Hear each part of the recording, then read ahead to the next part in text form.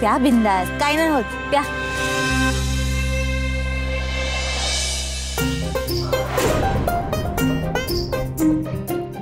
कसं झालंय? कसं जमतं तुम्हाला हे विदाउट मिल्क चहा प्यायला? नाही असू दे, मी बिस्किट खातो.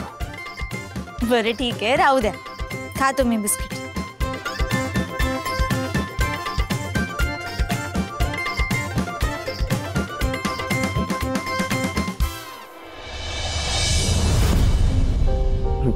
राणी, हे सगळं कसं जमतं तुला?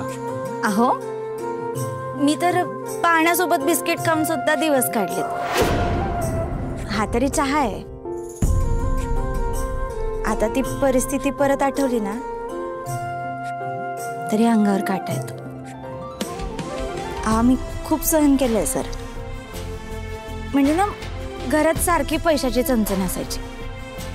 2 वेळचं जेवण मिळतंय का नाही याची पण काहीच खात्री नव्हती.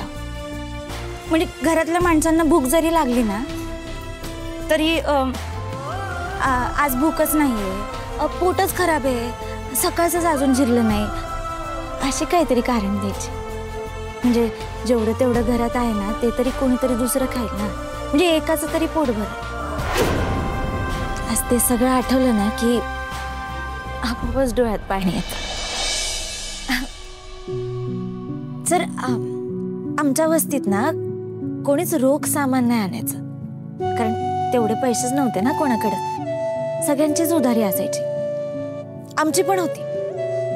पण एकदा उधारी द्यायला जरा उशीर झाला. मग मी दुकानात गेले तर दुकानदार मला म्हटला की बिकाड्याची औलाद, सामान मिळणार नाही आता तुला, तू जा इकडून, देवळाच्या बाहेर भीक माग आणि माझे पैसे आणून दे. मी लहान होते सर, पण त्या दिवशी त्याचे ते शब्द ऐकून ना कोणीतरी आपल्या कानात तेल ओततंय का काय गरम असं वाटलं.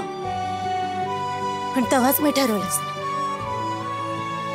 आपण इतकी मेहनत करायची ना की यापुढं कधीही आपल्याला किंवा आपल्या आई बुवांना असं ऐकायची वेळ नाही आली पाहिजे. सर, ही परिस्थिती फक्त माझ्यावर नाही. वस्तीतले सगळेच जण अशाच परिस्थितीतून जातात.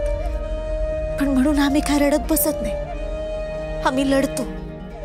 जे जे काम येईल ना ते सगळं काम करतो. आम्ही तर चिंच बोरं काढून विकली, गाड्या पुसल्यात, पडेल ते काम केले. पण म्हणून आम्ही नशिबाला कधी दोष नाही दिला. कायम नशीब बदलण्यासाठी धडपड करत राहिलो. आमच्या त्या परिस्थितीनं आम्हाला जगायला शिकवलं, आम्हाला लढायला शिकवलं, माणूस म्हणून कणखर बनवले. सर, आमचा ना आमच्याशीच वस्तीत रोज संघर्ष चालू असतो.